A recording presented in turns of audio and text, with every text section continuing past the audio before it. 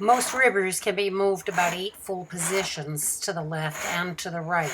You just need to watch that you're either in full pitch or half pitch. In this case, I have the ribber in a half pitch, so it takes 2 clicks to keep it moving. I'm using every 5th needle on the ribber bed, so it's pretty easy to see them moving across from left towards right. And as the knitting progresses towards the right, you'll notice that I'm having to bring extra needles into working position at the left end of the ribber bed so that I keep my pattern continuous. And eventually over on the right, I'll find that needles have moved too far on the ribber bed and need to be dropped. Because this is drop stitch, I can just drop those extra needles over on the right.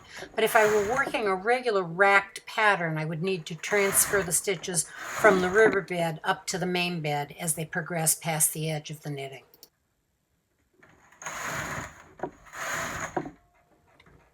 On this machine, when I turn the crank towards the right, the bed moves to the right, but it looks like I'm moving left if you watch the scale at the end of the bed. So it's important to pay close attention to the direction that the bed is actually moving because it may be different on your machine.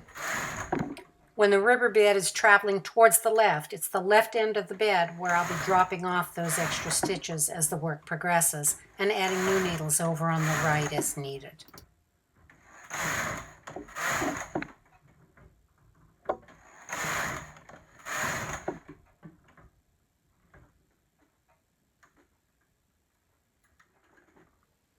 Periodically, you'll want to release the ribber carriage from the main carriage and use it to drop the ribber bed stitches.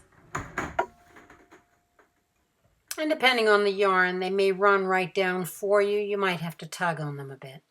When you look at the final fabric, you can see the zigzag line that forms in larger stitches against the plain stockinette background, and it's clear to see which direction the ribber was traveling at the time.